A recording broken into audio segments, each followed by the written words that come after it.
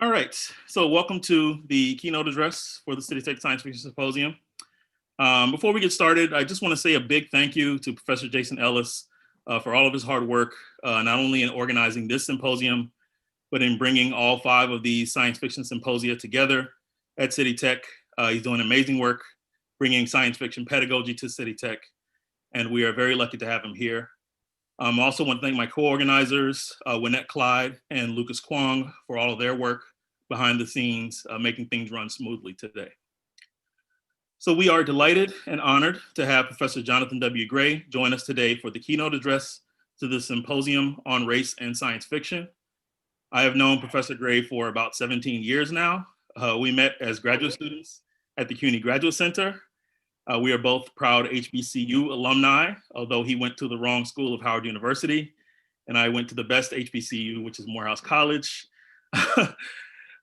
Over the summer, we all saw the tragic news about the death of Chadwick Boseman, the star of Marvel's Black Panther. One of the first people who I thought about when I saw that news was Jonathan. Not only was Boseman a fellow Howard alumnus, but back in 2018, I had the great opportunity to hear Professor Gray give a dynamic presentation on the Black Panther comics at NYU just after the Marvel film came out.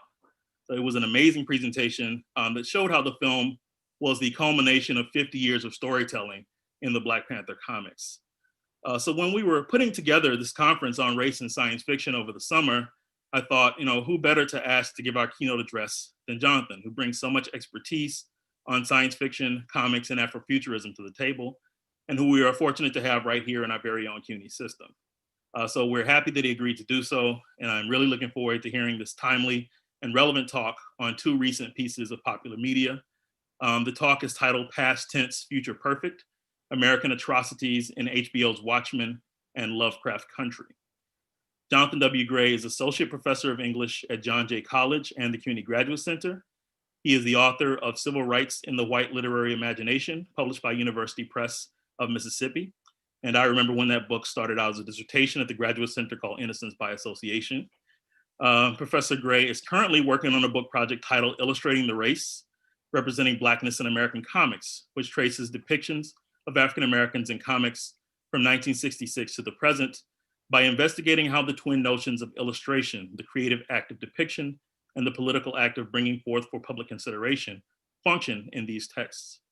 Professor Gray co-edited the essay collection Disability in Comics and Graphic Novels for Palgrave Macmillan, and formerly served as the founding editor of the Journal of Comics and Culture. Professor Gray's journalism on popular culture has appeared in The New Republic, Entertainment Weekly, Medium, and Salon.com. Please join me in welcoming Professor Jonathan W. Gray to the City Tech Science Fiction Symposium.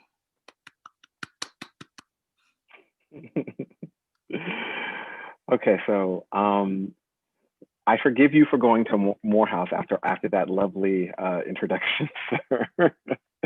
So let me just give me 1 second. I want to make sure my PowerPoint. No, wait. Technical difficulties. Here we go. So do this and then do that.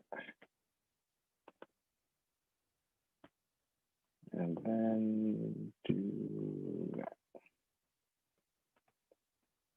All right. There we are. Okay. So you no longer get to look at Baby Yoda, but you do get to see the slides. And before we begin, I also want to give thanks. I want to thank City Tech for hosting the event. I want to thank Lavelle for all of his hard work pulling this conference together, and also for his friendship of so many years. I want to thank Jason for his tireless efforts on the technical end to make all of this happen. I also like to say that it seems strangely appropriate to offer these remarks while the United States struggles with the twin threats of a global pandemic and right-wing authoritarianism. These interlocking calamities threaten to destroy not just the lives of hundreds of thousands of people, but also to destroy the stories that organize this nation. For the past 100 years, the US has derived a kind of coherence from a series of collective experiences that define each generational cohort. Thus, to hear them tell it The so-called greatest generation suffered through the Great Depression and rallied to defeat Hitler. The baby boomers endured the Cold War and embraced the transformative possibilities of the 1960s, only to be disillusioned by the dual crises of Vietnam and Watergate, while millennials came of age in the shadow of 9/11 and struggle through an era of rising inequality driven by an ascendant neoliberalism. There is much truth in these generational narratives, though they depend on a kind of Manichaean logic that imagines a unified polity confronting the challenges of a given historical moment. The US culture industry eagerly participates in the reification and dissemination of these generational narratives, in part by offering each cohort protagonists capable of representing the fears and aspirations of their time. This was true in the 1930s, in the 1960s, and at the turn of the 21st century. Of course, these generational narratives achieve coherence by excluding certain stories in order to preserve American innocence, which is to say American exceptionalism. A more prismatic approach to our history permits a more capacious understanding of the experiences that shape the various communities that comprise the United States. But this call for nuance requires the fracturing and reframing of the stories that grant generational coherence, undoing the supposedly undoing the common threads that unite us. But the American family has always been, as Lincoln famously put it, a house divided against itself. Revisionist historians allow us to grapple with these divisions by transforming our understanding of the American past and thus expanding the possibilities for speculative futures.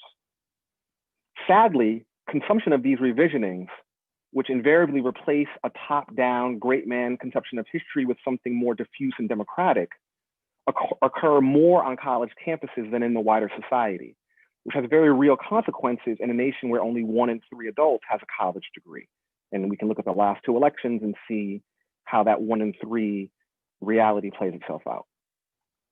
Fortunately, the past decade has seen the most influential parts of the culture industry embrace the fractious revisioning necessary for accommodating a wider range of stories.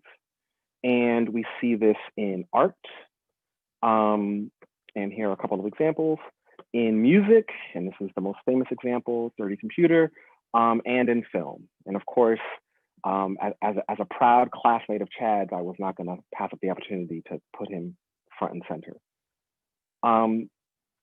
Let me pause here to note that my use of revisioning throughout this talk depends on the work of Angela Davis, Bell Hooks, Toni Morrison, Octavia Butler, and Hortense Spillers, who insist on a Black radical tradition that refuses to sacrifice complexity and nuance in our pursuit of a more just society. But the only way to get there from here is to revisit the deliberately forgotten moments that haunt our history. The Black radical tradition reminds us that we must come to terms with our difficult past in order to begin to imagine an emancipated future. And this means contending with the American atrocities of an earlier period so that we might begin to build a more just and equitable future. 2 recent television series, HBO's Watchmen and Lovecraft Country, and there is Watchmen and there is Lovecraft Country, enthusiastically participate in this project of revisioning. The Tulsa Massacre sits at the center of both of these television shows. Indeed, due in part to their excavation, due in part to the attention of this largely overlooked atrocity, the Tulsa Massacre has re-entered or perhaps entered our national consciousness, right? And so here we see an example of that. But each show uses Tulsa differently. And attending to these differences might help us understand how struggling with the past makes different kinds of emancipatory futures possible. And throughout this talk, by the way, I'm going to refer to the television show as HBO's Watchmen to distinguish it from the graphic novel, in part because they're 2 very different, though interconnected texts, right? While Lovecraft Country, the show, differs from the novel on which it is based in significant ways, it is not as complete a departure as HBO's Watchmen is from the original graphic novel. Having said that, there are several moments of continuity between the Watchmen comic and the show. For example, the ticking clock referenced by several characters in the show refers to the clock on the back cover of the individual issues of the comic that moved ever closer to midnight before striking 12 in the final issue. This clock, in turn, alluded to the Doomsday Clock, and there's Watchmen, pardon me. This clock alluded to the Doomsday Clock maintained during the Cold War by the Bulletin of the Atomic Sciences, a nonprofit anti-proliferation organization. And actually, they still exist, and they're still keeping track. And you can imagine how the clock has done in the last 4 years. But anyway, the Watchmen comic suggests that a massive external threat might be the only way to break the deadlock between the USA and the USSR, global empires dominating the political imagination of the rest of the world in the 1980s. And so Ozymandias, the antagonist of the 1986 comic, though the television show treats him as a bit of a joke, sets about creating just such a threat, an alien squid that attacks the Earth. And there is the squid. This outsized threat convinces the USA and USSR to put aside ideology and work together to preserve mankind, just as Ozymandias predicted, right? So there he is in his moment of triumph. Alan Moore and Dave Gibbons offer this fantastical resolution to Watchmen because in 1986, the idea that a peaceful end to the Cold War was just 5 years away seemed even more impossible than a giant squid from outer space. HBO's Watchmen takes its organizing premise, takes as its organizing premise the idea that the looming threat of global thermonuclear war kept a lid on white supremacy, right? And there's historical precedent that sort of supports this idea. Both JFK and LBJ sided with the civil rights movement in part because it made domestic white supremacist resistance, or in part because domestic white supremacist resistance hindered American imperialism.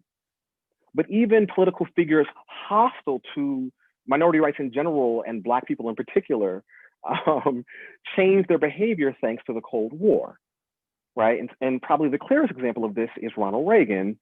So here we have Reagan in 1972. As we see, I'll just read the headline: newly released Nixon tapes capture Ronald Reagan calling African delegates monkeys, right? And so this guy, Ronald Reagan, the same Ronald Reagan who launches his campaign for president in Mississippi, even though he's the governor of California. This politician of white racial resentment is also the same person who amnestied 2.7 quote unquote illegal immigrants, right? In fact, in 1986, when Reagan signed the Immigration Reform and Control Act at the foot of the Statue of Liberty, that's where they're all at the Statue of Liberty, which is kind of hilarious. He did so while proclaiming that his passage demonstrated that the USA was in fact, quote, a free and open society. In essence, Reagan endorsed a bill granting citizenship to millions of people of color who entered the nation without documentation because of the USA's competition with the Soviet Union demanded that he do so, right? And so I'm going through this just to reiterate that this is the logic that is informing HBO's Watchmen, that white supremacy, although always present, was constrained by the struggle between the two global empires, USA, USSR. HBO's Watchmen assumes correctly that freed of the constraints of the Cold War, white supremacy would return with a vengeance, not simply as a matter of personal belief, but as official policy. And so it has proven. Lindelof's Watchmen posits an embrace of multiracial and multi-ethnic citizenship as a necessary corrective to the kind of ethno-supremacist politics that now threatens civil society across the globe. And part of the way that this happens is that the protagonist, Angela Abar, who is there in her costume, she has both a sort of small C conservative white male as her partner. That's Looking Glass. That's the figure on her right. But it's also the case that she is the adoptive mother of white and Latinx children, right? While several commentators have taken issue with HBO's Watchmen's use of police, it's difficult to see how the show could have extended the comic's critique of the coercive authority of the state without foregrounding the role that law enforcement continues to play in maintaining the status quo, right? And so, of course, a show about superheroes and the role that they play in an imperial system is going to focus on, in its sequel, the sequel is going to focus on police and the role that they play in this same imperial system, right?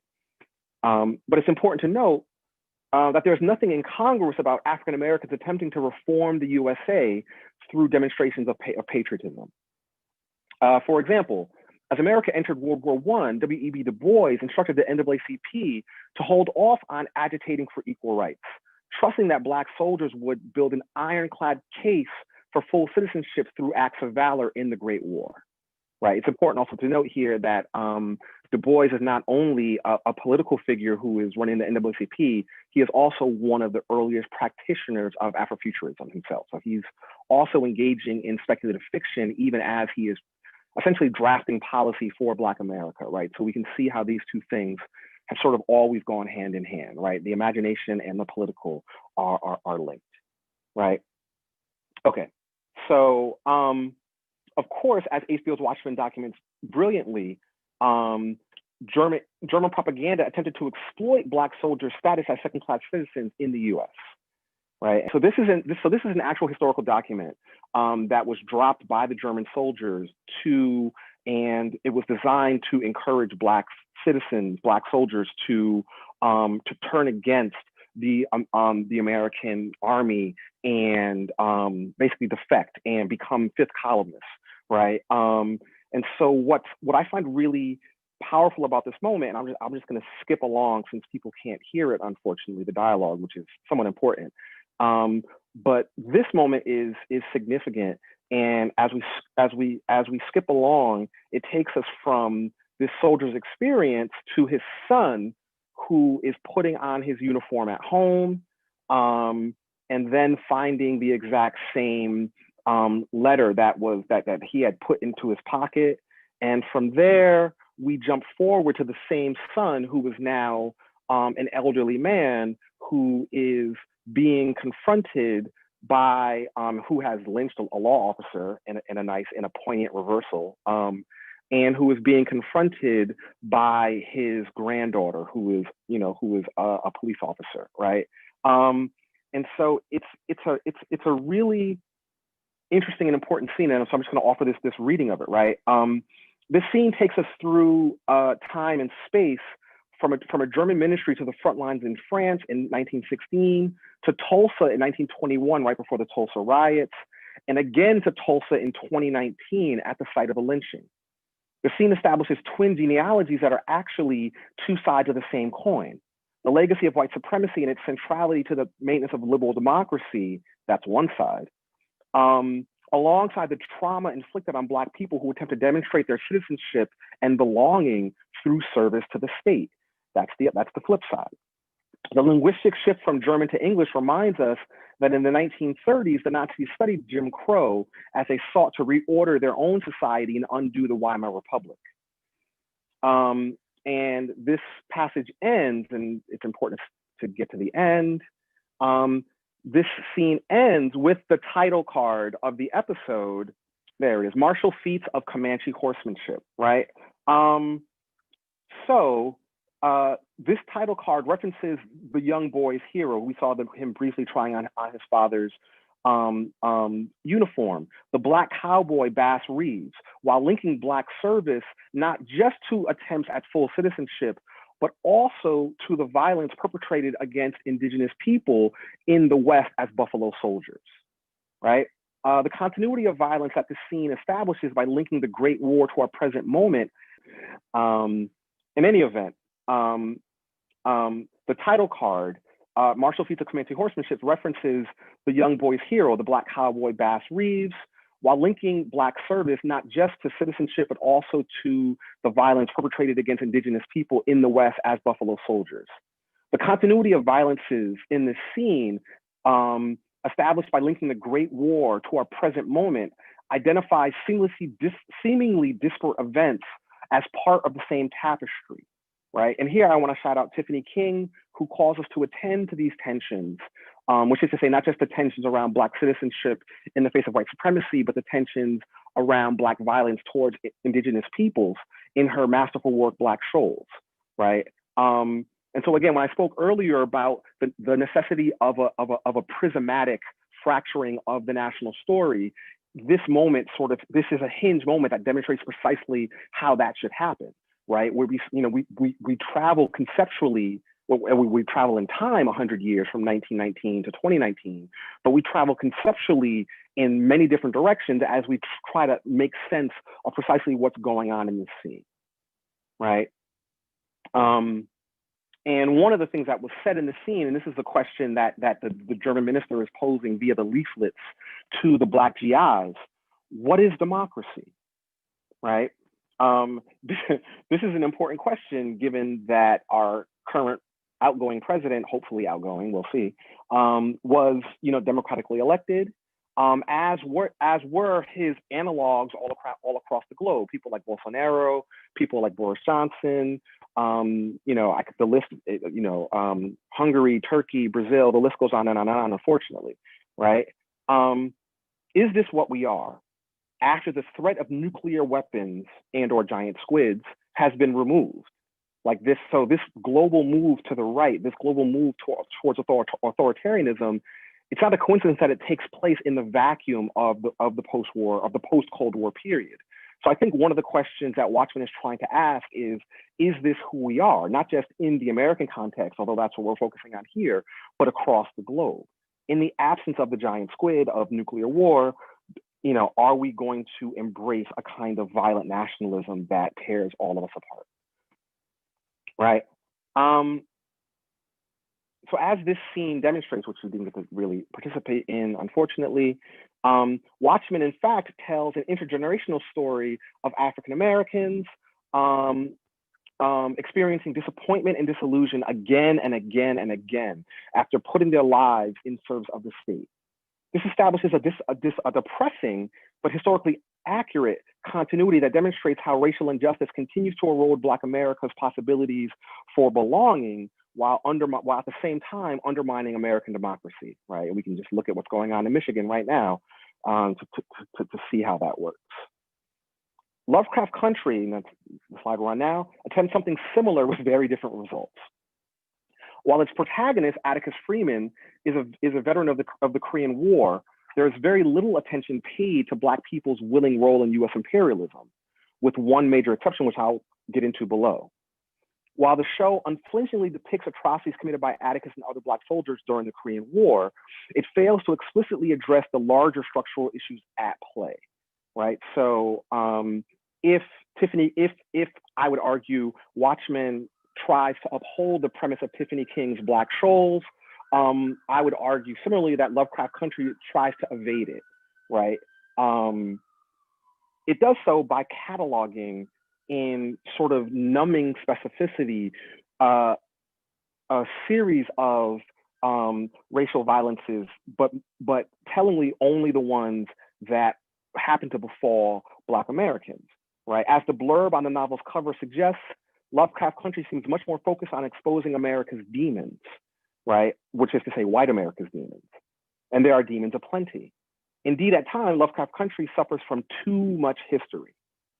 By the time we get to Tulsa in the final episode of season 1, we've already encountered sundown towns, racist police, redlining, a cross burning, cannibalism, time travel, and the death of Emmett Till, right? And that excludes the main plot, which revolves around the struggle between Atticus and his cousin, Christina Braithwaite, to control their family's magic, right? White supremacy in the show seems to serve, to paraphrase Christina Sharp, as a terrible and persistent weather, right? Except when it doesn't. And then the possibilities for alternative futures spring to life. And so for me, the two most intriguing episodes of this first season are episode 6, Meet Me in Dago, pardon my pronunciation, and episode 7, I Am, right? these episodes succeed because they are less focused on cataloging American horror and more interested in building a series of myths that expand the kind of stories available to Korean and Black women inside American popular culture. The violence each character struggles with pushes both Jia, who is here, and Hippolyta, who is here in her role as scientist and here in her role as warrior. So the violence that the characters of these two episodes experience push them to moments of epiphany that mirror those experienced by Angela Abar in Watchmen. For Jia, this occurs when she refuses to kill Atticus after Atticus demonstrates remorse for his earlier actions, right? And if you haven't seen the episode, I'm not going to spoil it. I'll just say that bad things happened. But again, what's important here, though, is that this grace, and for me, it's this grace that sort of marks both shows. This grace or lack thereof is something I'm struggling with, right? And what I want to do is contrast Gia's grace, her empathy, with Christina Braithwaite, right? And again, Lovecraft Country just came out. You know, Watchmen's been out for a while, so I'm not going to spoil exactly what's going on there. But Christina Braithwaite struggles with basic empathy, right? I will spoil one thing, to the point where, and she's a wizard, so she can't be harmed, to the point where she actually reenacts the lynching of Emmett Till. So she has herself lynched in the same way that Emmett Till was lynched, so that she can understand why the Black community is so upset. And to me, this is one of many moments that sort of stretched credulity. Like, really? Like you so lack empathy that you know even now I'm sort of struggling with that scene. That scene sort of took me out of the narrative in a way that Gia's forgiveness of Atticus does not, right? And so I find it really interesting that the kind of grace that Angela can extend over and over again to many people, including her small c conservative partner, Looking Glass, that grace is mostly lacking in Lovecraft Country, right? It's mostly about the horror of racism, but in a way that seems strangely determinative, right? I will say, though, that I had the same complaints about season 1 of Underground, which is Misha Green, the showrunner. This was the show that she had done previous to doing this one, and then season 2 was just outstanding. I'm actually still mad that it got canceled, and so I'm hoping that the kind of nuance, the kind of fracturing, the kind of difficult stories that Watchmen embraces will be possible in a second season of Lovecraft Country, right? So I will make a confession. I've been able to watch the Watchmen, this one season of Watchmen multiple times, but I've only had enough time to watch Lovecraft Country once. So I have a lot of things to say, but there are a lot of things that I'm unsure about. So if anyone has any questions about Lovecraft Country, I'd love to talk to you more about it during the Q&A. Because as I say, I'm still sort of working through and making sense of what's going on here. But the one thing I did want to note was, one, the role that Atticus plays in American imperialism is sort of glanced over, and two, that it winds up being a personal matter and not a matter that connects him to any larger system of oppression. Right? Atticus is still struggling with oppression, even though he is in fact an oppressor at moments in the series. Right? Okay. So I'm actually interested in I really am interested in having a conversation about all this. So I'm going to move to a conclusion by just saying that both Watchmen and Lovecraft Country advance a reparative project akin to the kind of emancipatory revisioning undertaken by figures like Ta-Nehisi Coates and Nicole Hannah-Jones. And in fact, I want to pause here and note that the backlash to Jones's 1619 project connects to something I said earlier, which is that in the United States of America, only 1 in 3 people has a college degree, right? And so there's a way in which the success of the 1619 project is seen as reconfiguring the future because it's going to be taught in middle schools and high schools, right? And so again, one of the issues with this fragmented prismatic view of history that I am calling for, and that I think that speculative fiction writ large and Afrofuturism in particular demands, is that it's okay as long as it lives, as long as it can't, quote unquote, contaminate the larger society, right? Sort of like the zombie apocalypse, but a series of virtuous zombies. Right? Oh, you have a MAGA hat on. Let me bite you with my Afrofuturism, and hopefully you'll take that hat off. Anyway, and so for me, it's interesting, and I've been really sort of tracking, and this is a horrible hobby to have, but I've been tracking Tom Cotton's statements against the 1619 Project, in part because Tom Cotton's a horrible racist, but in part because he's probably going to run for president in 2024, right? And Cotton sees, and he's a smart guy, went to Harvard, Cotton sees, I think, what I see, which is that these kind of reparative stories offer a challenge to the overarching system of white supremacy in America, that the more these kinds of stories disseminate, the more difficult it becomes to produce a kind of unthinking whiteness that looks the other way when people like George Floyd get murdered. Right. And so Lovecraft Country is distinct from HBO's Watchmen because Watchmen posits a belief in a multi-generational, multiracial coalitional government. That's essentially what comes together at the end, whereas Lovecraft Country valorizes an individual family struggle, right? But in their way, each of them are trying to respond to the realities that have taken hold since the end of the Cold War, right? But of course, we should take all of this with a grain of salt. Not what I'm saying or the series, but the ability of culture to do the work in politics. After all, the original Watchmen comic was in part responsible with Reagan and Thatcher winning re-election by landslides. And yet, despite its enduring popularity over the last 30 years since it's come out, in 2019, Boris Johnson surpassed Margaret Thatcher's margin of victory by engaging in a campaign that explicitly asked Britons to reject any sense of solidarity. And in 2020, that was last year, but this year in 2020, Donald Trump got more votes than any other Republican politician in the history of this country by asking Americans to do the same. So while the past is tense, the future is far from perfect. I look forward to your questions. Oh yeah, that's the end. Oh, let me get out of that. Stop share.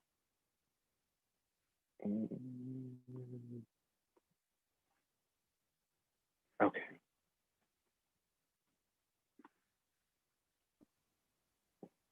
Hi. Okay. So let's see. There a question from Jacob Adler. Can you see Jonathan? I can. Let me lean in. I'll just read it out aloud for everyone. Yeah, please. Gray. I was wondering, given the many adaptations and reconfigurations of the original Watchmen graphic novel, i.e. the 2009 Snyder film, the before Watchmen comics, etc., and the frequent complaints that these works misrepresent the original context of the story, being a comic story that was inextricably about the comics medium industry and its narrative. Mm-hmm. Does the HBO Watchmen series engage with media, particularly television streaming media, as it is now, in the context of race or otherwise? Oof. It's important to note that Lindelof was asked 3 different times to take up Watchmen by HBO. They had the rights. And the first time it was all about just, the film didn't work. Can you fix it as a television show? And he said no. The second time they were willing to do something slightly different. And part of that was because of the sequels, the terrible, horrible sequels that DC Comics had published in the interim. And he again said no. And it was only after he had read The Case for Reparations and settled on Tulsa as the site of this new iteration that he actually agreed, right? So I think I'm actually less concerned with its, well, no, that's not what I'm gonna say. To answer your question, I'm gonna say that his interest, and by here I mean Lindelof's interest with media was actually an interest in, I would argue, like Black Twitter. Like he was saying, like there's something important politically going on here, and I would like to create a show that would allow me to address the ways that the Black community pushes back against certain forms of authoritarianism. That's what I actually want to get at, right? He's a huge fan of the show. I'm sorry, of the comic Lindelof, which is part of the reason he said no so many times. And so I think, he, like me, was sensitive to the idea that, wow, Watchmen is all about the Cold War, ultimately, even though it does do all the things that you're referencing. It's all about the Cold War, and the Cold War doesn't exist. So what now? How could Watchmen even function without the Cold War as the backdrop? Well, white supremacy is the new Cold War, right? So, Link's 1619 revision Afrofuturism.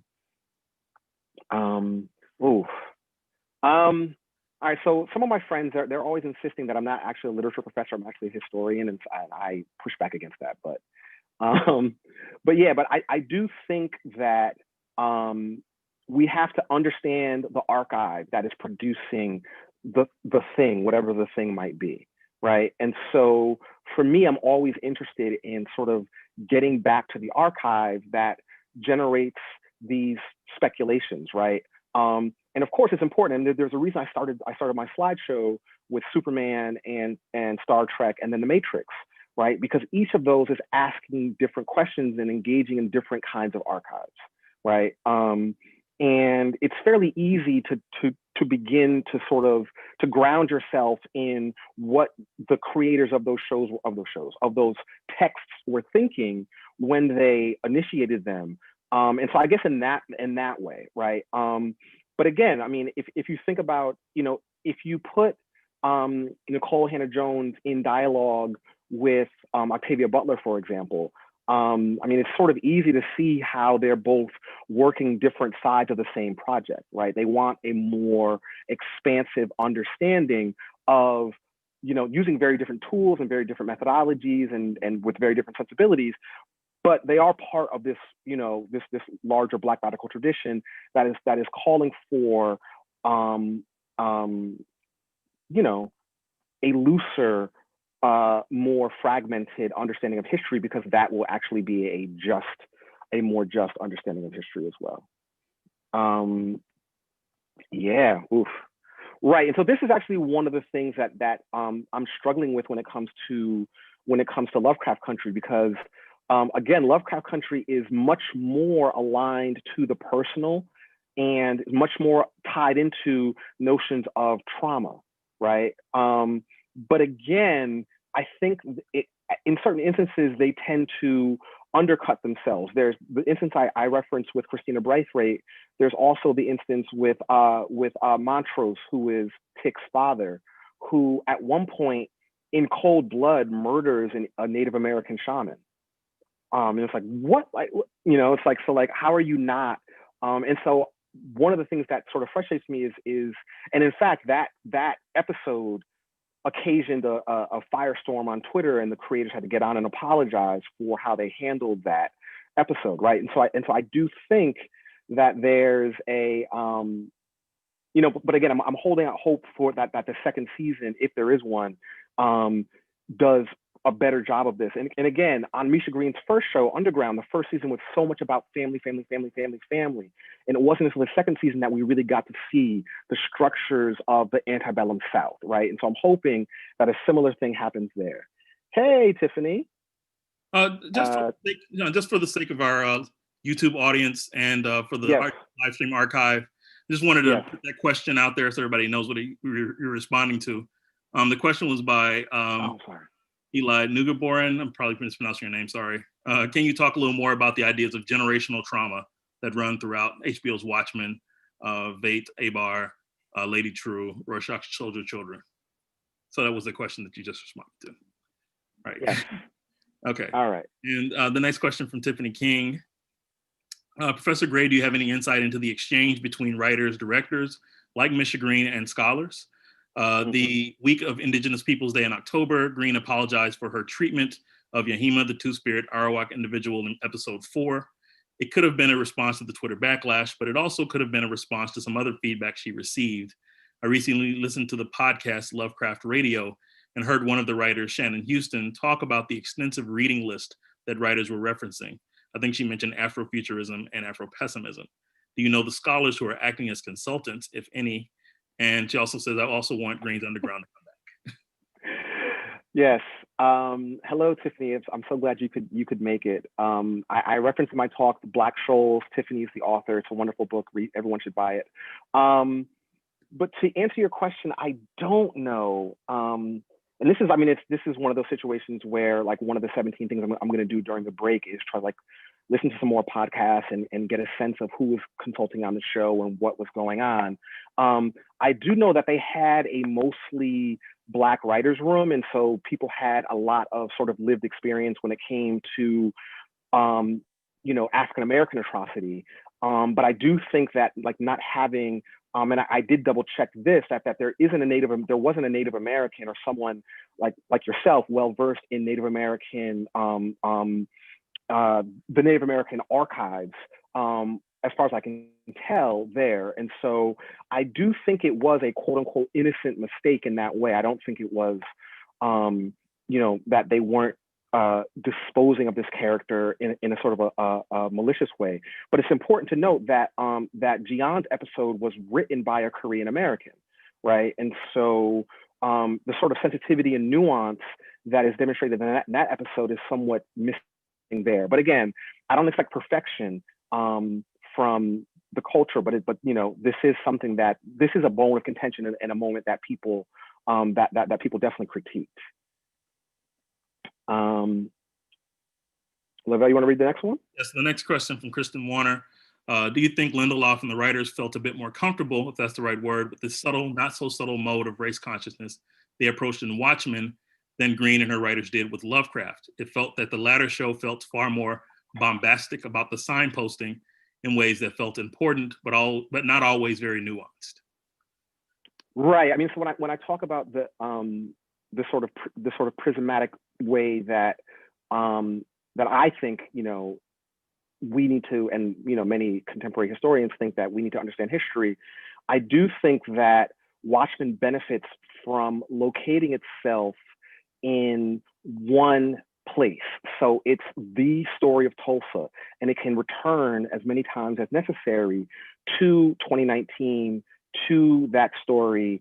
It doesn't have to, you know, travel to Massachusetts and travel to here and go to Chicago and go there and go into space, literally go into space, right? It doesn't have to do all of that work. It's, you know, so I think quite literally that setting allowed Lindelof and them to be more comfortable, right? Whereas, as you say, it's almost like a drive-by of like African American atrocity, which seems sort of glib.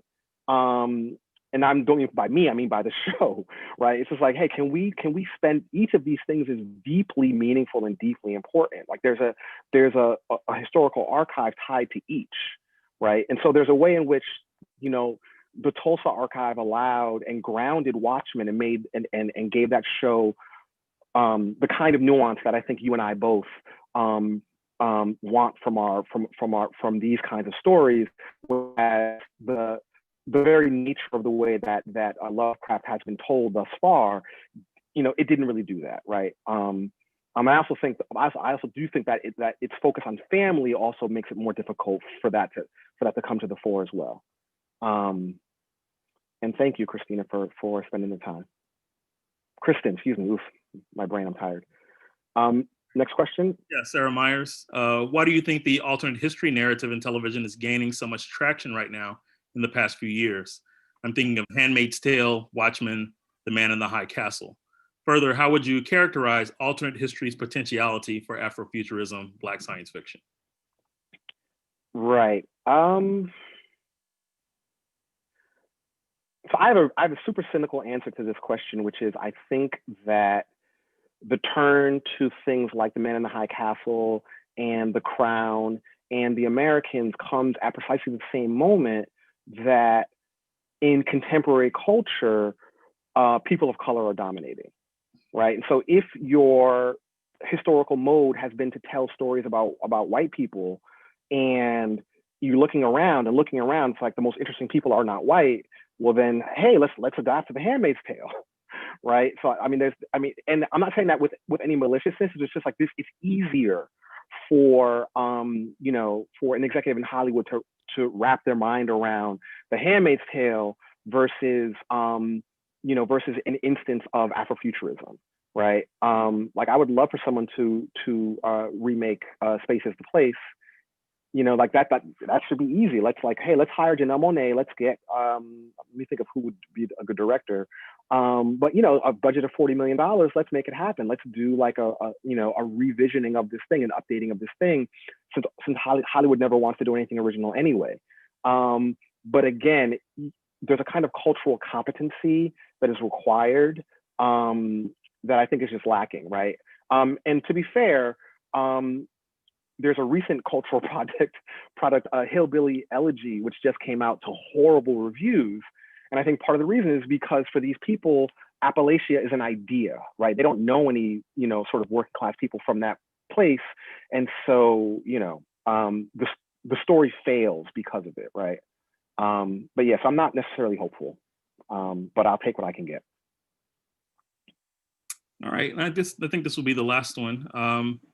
From Austin Anderson, thank you so much for your insights. In my opinion, through 8 episodes, HBO's Watchmen definitely and successfully rejects the narratives of white forgiveness by aggressively showcasing a nuanced portrayal of racism in America, both historically and today.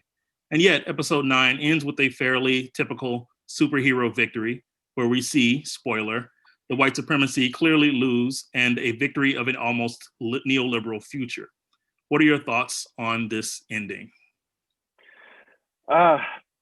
It's funny. One of the regrets that Lindelof had was that he didn't give Lady True, who is she's the Asian character who is essentially, she's the Asian not Bill Gates, what's his name, the richest man in the world. Anyway, so he said that he didn't necessarily devote an entire episode to her backstory and what she was trying to accomplish, right? And without that, I'm hesitant to say. I do take your point, but I think it is the nature of popular media, right? And this is in fact what we're dealing with, right? We want millions of people to watch. We want to win awards. We want, we want the next project to go well. It's the nature of these kinds of projects to end on a somewhat upbeat note, right? There was a moment when Lindelof was trying to figure out whether he was going to revisit it, and then COVID, killed that. And part of the struggle was how do we return to this again and tell a story as textured as that, right? So I mean, to be fair to him, I think that it's hard not to end. I mean, like think for example about The Color Purple, right? Which ends with ends in a literal embrace of family, right? I mean, it's hard even when you're trying to do a faithful job to a text. When you're operating in this medium, it's hard not to sort of end on that up note. So, I think we have time for one more, and it's related to the previous questions from Janelle Poe. Picking up on Austin's question, can you speak to the endings and the Black sacrifice that seems to be embedded in these narratives, especially the loss of the Black heterosexual couple? Whew. Man. So now you see. So this is what I mean about I haven't rewatched Lovecraft Country, because I know that this for me is one of the troubling things about Lovecraft Country, both the colorism element of it and the colorism, the heteronormativity. There's a lot going on there, but again, it's a narrative that is based around family. So it's difficult when you are trying to hit those notes to stray too far. For lack of a better term there. But yeah, I mean, I want to hold off on that when it comes to Lovecraft, because we don't know what's coming next. I do want to answer it when it comes to Watchmen. by noting the, I mean, Dr. Manhattan is blue, right? So there is no Black sacrifice there, because although there is, right? And so it's complicated by his, by almost the deterministic nature of his sensibility, right? But again, I mean, this is like asking for a Toni Morrison novel with no death, right? Like, that's just not possible. Like, if you're going to tell a certain kind of story, unfortunately, it requires a certain kind of sacrifice, right? I think for Lindelof, the interesting thing was to make the sacrificial figure, or rather, to make the surviving figure a Black woman. And I think for him, that's something that he was, heavily invested in, trying to give us a future with a different set of possibilities embodied in this figure who is both powerful, she might even be as powerful as Dr. Manhattan, but is powerful even without those powers, and also is, what am I thinking? She's also still nurturing, although nurturing doesn't define her, right? It doesn't define her in the way that, like, Letty's pregnancy by the end of season 1 came to define her in Lovecraft Country, for example, right? So I'm more interested in Angela Abar as this potentially emancipatory figure than I am in Sacrifice, although I do take your point. All right. Thank you so much, Professor Gray. This was wonderful, wonderful talk. Really a lot of rich material, a lot of things to think about. Thank you all for joining us. I just wanted to kick it back to Professor Ellis and give him the last word here. Oh, I appreciate it. Again, Jonathan, thank you so much for delivering our keynote and all these really great responses to folks' questions. I mean, this is what it's all about, to be able to have these conversations, to be able to share these ideas. And so I appreciate it, and I know our attendees really appreciate it as well. And thank you to my co-organizers, Lavelle, Lucas, Wynette. We pulled this thing together. It's happened. And now, everybody, I wish you all, a great evening, a good rest of the semester. And just so you know, everything with the symposium has been live streamed. So I should have a recording saved on YouTube, which I'll repost to the Science Fiction at City Tech Open Lab site. And I'm also got a safety recording on my computer, which after I close our meeting will begin rendering. So that'll probably be something, because this is like 8 hours worth of video. So it'll take a while for it to finish doing that. But one way or another, we'll have everything archived. So if you've missed something today that you wanted to check out, it'll be up on YouTube sooner or later, before the end of the semester anyways. So again, thanks to everybody that participated. Thanks to all the audience for coming and joining us today in this very new format. I'm glad that we were able to continue this annual symposium, even though we can't actually be together. But hopefully soon we can all get vaccinated. We're all going to keep wearing our mask and socially distancing ourselves so that we and our loved ones are safe. We got our fingers crossed. Exactly. So thanks again, everyone. And you guys all have a really great night.